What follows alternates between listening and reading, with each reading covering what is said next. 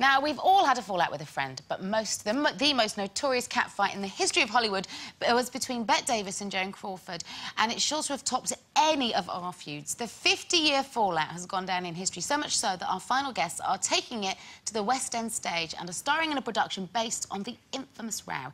Here to tell more, please welcome Greta scacchi and Anita Dobson.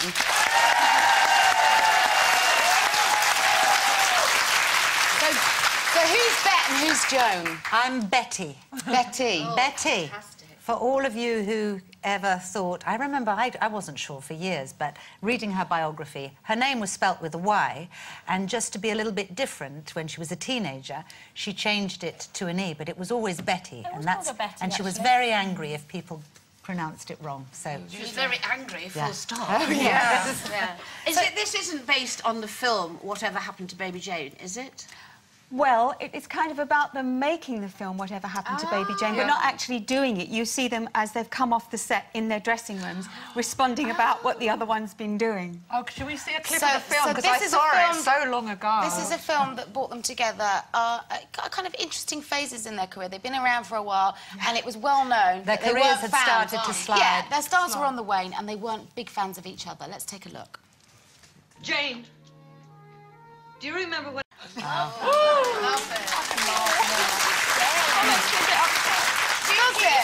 Do you actually see snippets from the film then?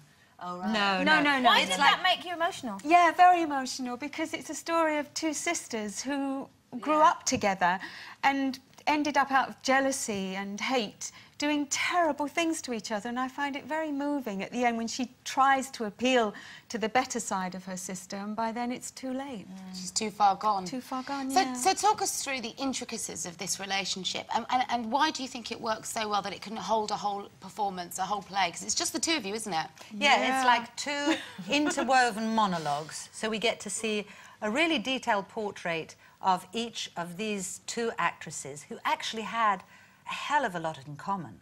I mean, being in the industry at that time when there was the change from the silent movies into the talkies, and when there were those big studio moguls, it was very much a male-run world, and women had to be glamorous, and they were both trying to fight to keep their stars high. They both had 4 failed marriages and children that they adopted, who both had daughters who turned against them and wrote slanderous books about them as mothers. It was incredible how much they had in common, but they approached their work and their lives and their womanhood in very different ways. And so there was just a mistrust and animosity but you could almost see that in that clip there, couldn't you? You could see, I mean, it kind of crackles, doesn't it? But I think a lot of I think they probably had more compassion for each other than later, as legend went, was ever really understood. It was very well documented how much they hated each other. But in your play, and your monologues, does it come out of, in fact, that they had a fondness? No, but I think people have said, in retrospect, that on the set they were absolutely true pros, and they were polite to each other, and they, they really wanted the production to work. It was only, behind the scenes and just in their personal lives. A lot of it was projected from people's prejudice. You know, the idea of, oh, just imagine 2 great glamorous women put, for once, instead of being the sole leads, they're going to be playing in a film together and sharing the stage. But actually, because they actually had so much in common, like you say, 4 failed marriages, the children, blah, blah, blah. You think they'd have had a closeness and been great friends. It's quite possible. Why do you think they didn't? I think that they actually had more of a closeness in reality. I mean, we explore it I think it's explored very well in the writing. It's a very well-written new play by this very talented young man, Anton Burge. And as we work on it, and we're still very much in the exploring stages at the moment, we've just got a couple of weeks and a lot of lines I've never... You're not taking any of this personality home, are you? But when you get to the end of the day, do you find you taking any of this? Strangely enough, I find it, I don't know about you, but I find it exhausting. It's absolutely exhausting because they're so intricate, the pair of them. They're complicated women, and they're complicated women who were huge stars and deeply talented, both of them.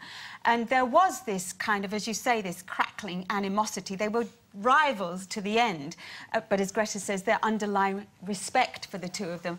And it does kind of... And also, I think Joan did... She said she tried to be friends. It was Joan, after all, who had the idea. For the play. She found the script. For the script of and she chose Betty, was her dream colleague. So she actually came to Betty very graciously and enthusiastically, and apparently Betty was a bit cold. Was that? Oh, but listen, nobody else in Hollywood would have played that part except Betty Davis. But they had to be very powerful, didn't they? Because in that period, to survive, they had to be the hardest women in the world. And so that must have coloured it, because they all wanted the same parts as well. Yeah. But to get two not parts... in this one, because Joan No, not in this. This is the only one. Yeah, for her to play Jane. It sounds fascinating, and it sounds like you've got a lot of work to do as well, ladies. Good luck with that. The Arts Theatre in London is where you can see the play. It opens on the 5th of May to the 25th of June. Best of luck with it. Thank you so much, Greta. Thank you. And Anita.